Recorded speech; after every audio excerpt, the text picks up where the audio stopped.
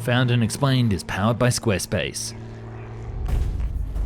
May 1944. British Hawker Tempests take off to intercept a pair of the infamous German V-1 missiles flying right towards London.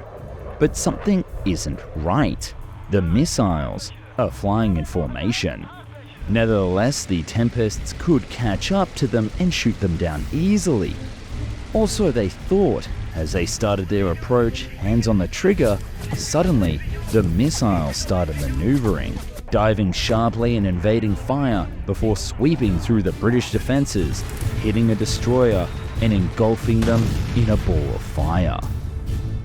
Because this was no ordinary V-1 missile, but a Nazi kamikaze jet instead. Near the end of World War II, Nazi Germany grew increasingly desperate to stop the impending defeat of their armies and prevent the Allies from getting a foothold in France. They started a secret program to train suicide pilots to defeat the Allied fleet and maybe even win the war by opening another front in England. This is the story behind those pilots and the secret Nazi plan to prevent the D-Day invasion.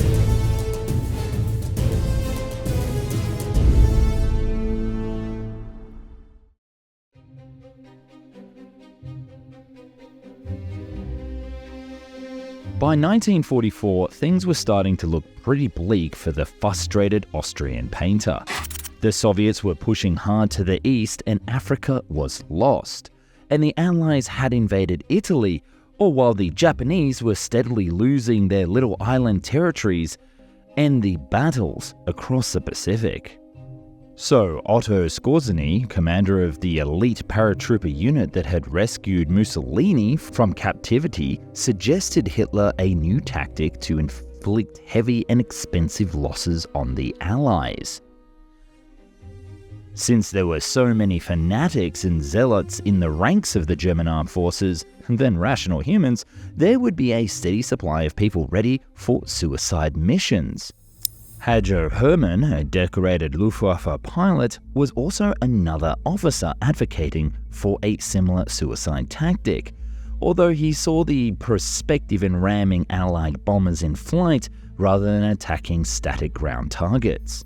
But in the end, the key figure to persuade Hitler in creating a kamikaze squadron was neither of these men, but a woman.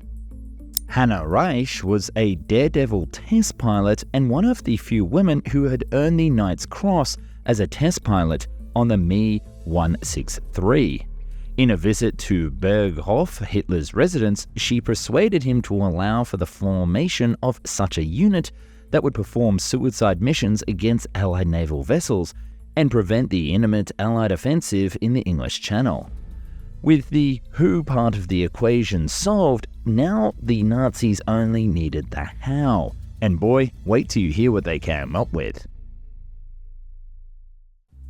Part of the problem with trying to get such a controversial project off the ground, pun intended, wasn't so much the vast materials required or the manpower.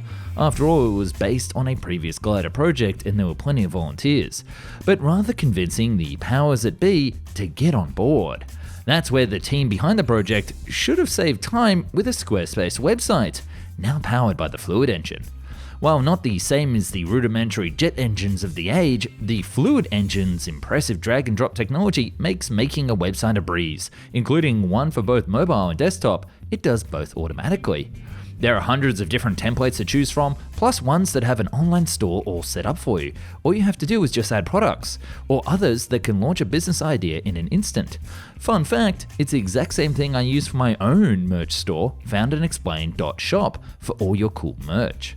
Now, I bet you're like, look, I like Found and Explained, and I like watching the videos, but what has Found and Explained done for me lately?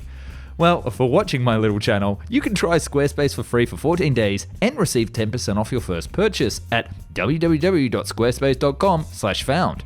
So not only do you get my gratitude for making everything possible, just like the video you're watching today, but you also get a sick discount. Special thanks to all those people that clicked that link down below.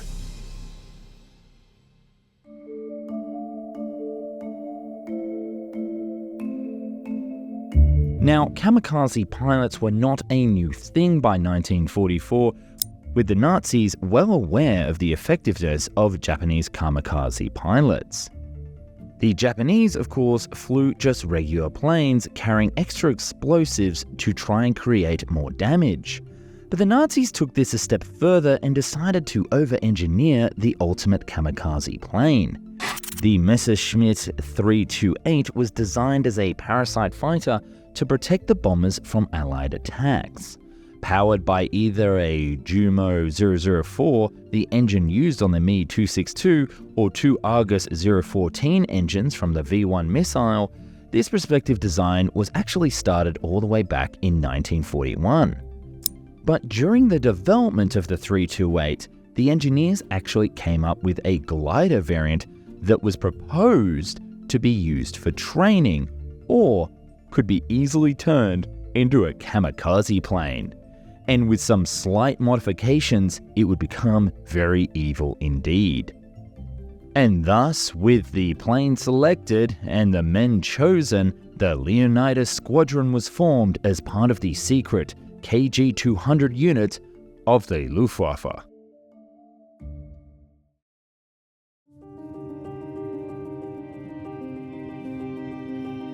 The original Me-328 glider idea, carrying a 900-kilogram bomb, was dropped, and instead a new aircraft was developed based off the V-1 missile, or the flying bomb, whichever you prefer.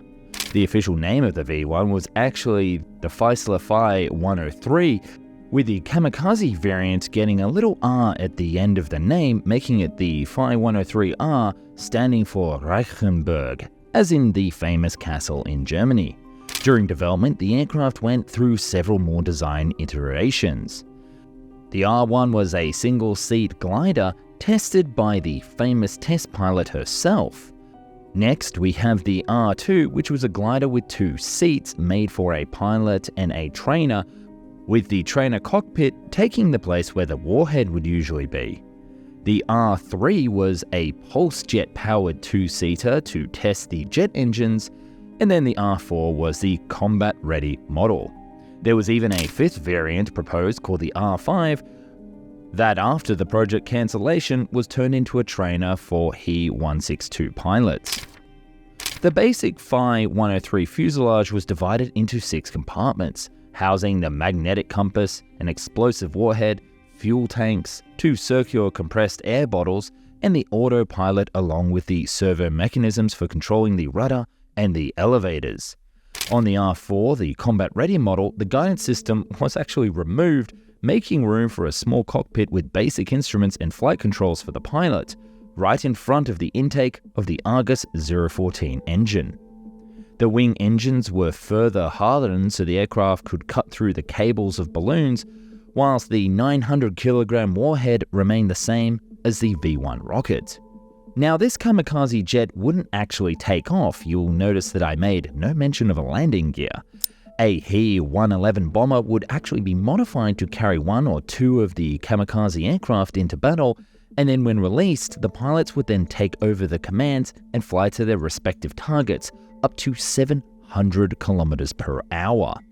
The initial idea called for the pilots to actually try and bail out before hitting the target. But remember how I said this project was super sinister? Well, this is where the truth came out.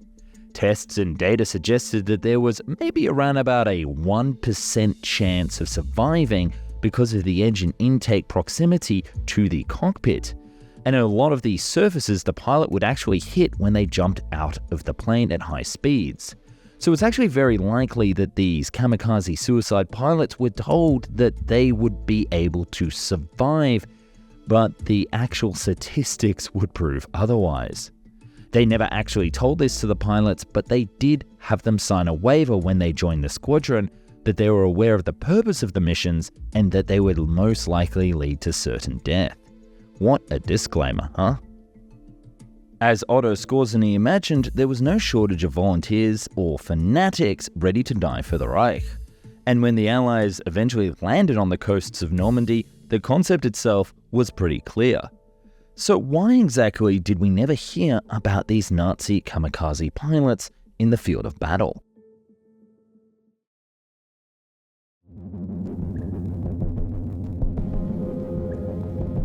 During testing, 2 aircraft were lost, one due to pilot error, and the other one due to, well, something we don't quite know.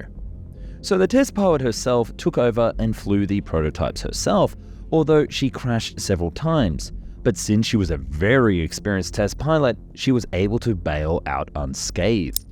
However, the main issue here was this was no ordinary plane, and as such, it would require experienced pilots, not novices with a death wish. Even though there technically were enough volunteers available, having to train experienced pilots for several months with this new jet engine technology, only to lose them on their first mission, was actually kinda stupid. Especially with the scarcity of resources, both material and human, in the late stages of the war, this started to sound like a very dumb idea. And also, it was starting to become too late. You know those 2 test flights that I mentioned? Well, they occurred in September of 1944, all while the Allies were already deep in France. Although the Germans actually did test launch the aircraft as intended from a He-111, they encountered aforementioned problems, and in October 1944, command of the top-secret KG-200 division was transferred to Wernher Bombach, who was a very vocal opposition to the entire project. He quickly shut it down and instead pushed for the development of the Mistel unmanned Ju-88s filled with explosives which could be dropped from a Focke-Wulf 190. The pilots from the Leonidas Squadron would fly several suicide missions in April of 1945, destroying bridges of the Oder River, but in classic Bf-109s or FW-190s filled with explosives. So we did actually end up seeing some kamikaze pilots from their squadron, but not flying these crazy V-1 missile planes.